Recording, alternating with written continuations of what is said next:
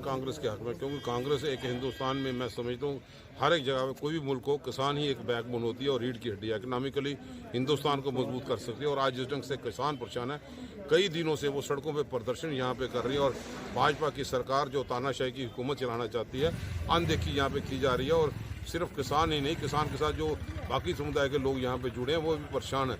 उनके सिर्फ जो जायज़ मांगे कि इसमें मिनिमम रेट जो है वो फिक्स किया जाए।